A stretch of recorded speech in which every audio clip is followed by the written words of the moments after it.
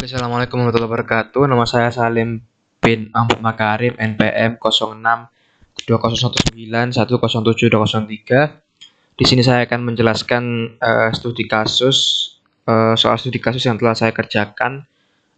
Di sini saya mengerjakan hampir semuanya kecuali dua nomor, yaitu nomor 1 dan yang bagian C. Oke, langsung saja saya langsung lompat ke dua yang A. Yang pertama kita akan mendapatkan soal setting DHCP statis fixed IP dan dinamis di PC router agar bisa mendistribusikan IP statis pada PC server dan IP dinamis pada PC client. Pertama-tama kita login sebagai user root, lalu set IP address menjadi sekian 192.168.1 prefix 24. Lalu kita edit pada file etc default ESC DHCP server seperti ini. Lalu kita edit menjadi seperti ini. Lalu setelah itu kita akan editing pada file etc dhcpd.conf. Lalu kita menggunakan perintah seperti ini. Lalu kita akan mengaktifkan perintah autoritatif. Dengan cara gimana? Dengan cara mengaktifkan atau menghapus tombol komennya. Jadi kita uncomment. Lalu kita ketikkan perintah seperti ini di bagian none itu tadi. Nah, contoh script di atas, server memberikan 9 IP pada klien mulai dari 192.168.1.2 sampai .8. Lalu kita simpan dengan Ctrl X, lalu enter seperti ini ya modelannya ya. Lalu kita restart, kemudian DHCPD berhasil kita setting dan selanjutnya kita setting client. Setting interface client menjadi seperti ini dengan ketentuan seperti ini. Lalu kita restart dan kita hasilnya dengan cara mengecek if config. Lalu setelah itu kita mendapatkan soal router. Yang pertama adalah konfigurasi pada PC server atau router agar antara PC client 1 dan PC client 2 dapat saling terkoneksi, saling ping. Kemudian di sini ya kita coba dengan seperti ini. Kasih berjalan. Dengan ketentuan IP seperti ini dan netmask seperti ini. Lalu setelah itu kita bikin interface-nya seperti ini. Lalu kita restart agar dia ke-update interface-nya.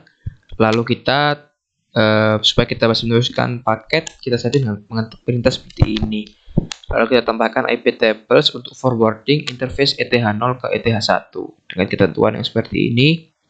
Kemudian kita akan test ping ke interface 0 ke interface 1. Lalu kita cek dengan cara route min n. Lalu ada FTP.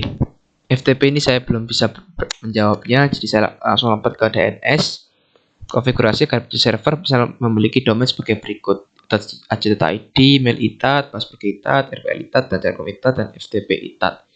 Sehingga PC client 1 dan PC client 2 dapat saling terkoneksi dengan domain tersebut. Oke, langsung saja kita login sebagai user root, kemudian kita edit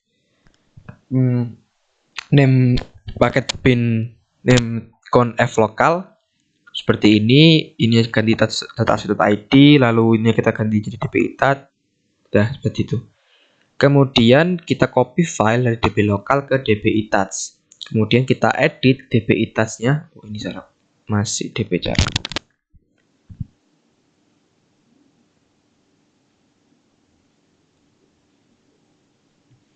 dbitats seharusnya. Oke. Kemudian kita edit seperti ini ya. Nah, di sini itu dapat seperti ini, kita masukkan www, mail, password, rpl, dan carcom dan ftp-nya yang nantinya ini merupakan awalan dari domain tersebut. Lalu kita save dan enter. Jangan lupa di bagian localhost dan root localhost-nya kita ganti itats.ac.id. Kemudian kita akan mengcopy file dbitats ke dbaddress seperti ini. Kemudian kita edit lagi db address-nya, kita masukkan domainnya di sini dengan ketentuan seperti ini: www.itats.ac.id, mail.itats.ac.id, password, dan lain-lain. Lalu kita save. Lalu kita edit pada resolve.conf dengan 6 server sekian dan search-nya sekian seperti ini. Ini ada kesalahan, belum saya rubah. Oke. Lalu setelah itu kita nslookup dengan cara seperti ini. Kita nslookup ininya, IP-nya, lalu kita nslookup mail itat, www.itat, password itat, telkom itat, dan ftp itat. maka tampilannya seperti ini, bisa dilihat. Maka dengan ketentuan seperti ini, maka dia telah berhasil. Lalu kita ke web server. Nah, di web server ini pertama kita kita login sebagai user root, lalu kita buat direktori baru dengan cara seperti ini, mkdir var www/web, kemudian kita aktifkan filenya dengan cara seperti ini, lalu kita edit pada file etc nginx sites available dengan menggunakan perintah nano. Lalu kita akan masuk ke sini dan kita edit bagian sininya dan kita edit server name menjadi www.itats.ac.id. Lalu kita restart bagian nginx-nya. Lalu kita mengedit file yang akan digunakan untuk tampilan webnya itu tadi. Jadi kan yang pertama diminta tampilan pertama itu apa ya? Nah, ini saya bacakan. Nah, halaman satunya merupakan halaman utama atau induk buat seperti tampilan web. Kemudian sedangkan 3 halaman lainnya yang terdapat di halaman utama berisi logo web masing-masing, keterangan singkat dan praktikum yang dijalankan. Nah, berarti terus apa ini? Serta PC router dan PC client dapat memanggil web tersebut melalui web browser dengan domain tersebut. Oke. Kita buat halaman pertamanya seperti ini HTML-nya, lalu ini halaman kedua dan ini halaman ketiganya. Ini kayak ucapan selamat datang pada web pada umumnya. Lalu ini bukan ucapan, ini daftar praktikum yang dijalankan. Lalu ini daftar laboratorium informatika ITATS. Maka tampilannya seperti ini. Nah, seperti ini ya, sesuai dengan HTML-nya. Ini praktikumnya, ini laboratoriumnya, ini ucapan selamat datang. Kita lanjut ke mail server.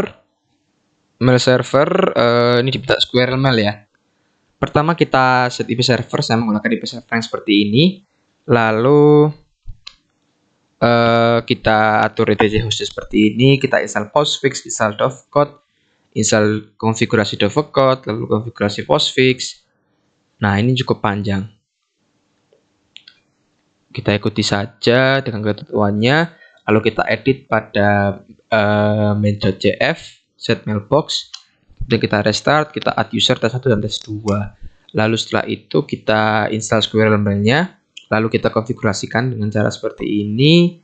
Kemudian kita edit SQL mail. Nah, ini yang paling penting dari SQL mail itu. Editannya di sini agar muncul SQL mail-nya. Lalu ini kita aktifkan vhost mail-nya dan ketentuan seperti ini. Lalu kita kita reload nginx-nya. Lalu akan muncul tampilan seperti ini ketika kita membuka browser. Lalu kita ketikkan URL seperti ini. Kemudian kita akan mencoba. Nah, ini saya sudah berhasil untuk mengirim message dari tes 1 ke tes 2. Oke, kita langsung ke Squid server. Di sini kita diminta untuk memblocking terhadap website dengan domain yang telah diberikan. Dan yang kedua, kita memblokir dan tes di web terhadap keywordnya. Jadi yang pertama kita masuk ke squid.conf, kita edit, kita masukkan kata yang akan diblokir yaitu porn dan juga domain yang akan diblokir yaitu www.itats.ac.id. Kemudian kita masukkan kode yang lain, http access, deny block dan deny blokir sesuai dengan ACL-nya. Lalu kita akses allow all dan allow LAN. Kemudian kita edit pada bagian proxy, sesuaikan dengan if config pada proxy-nya. Jangan lupa ya, itu harus di networknya harus budget adapter. Kemudian kita uji domain berapa. Ini akan saya zoom agar terlihat lebih jelas ya.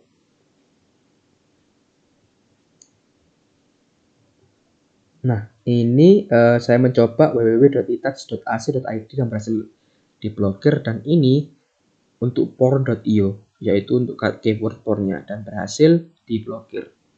Oke, mungkin sekian video dari saya. Mohon maaf apabila ada kekurangan, salah kata, dan mungkin tindakan yang kurang patut. Mohon maaf. Sekian. Wassalamualaikum warahmatullahi wabarakatuh.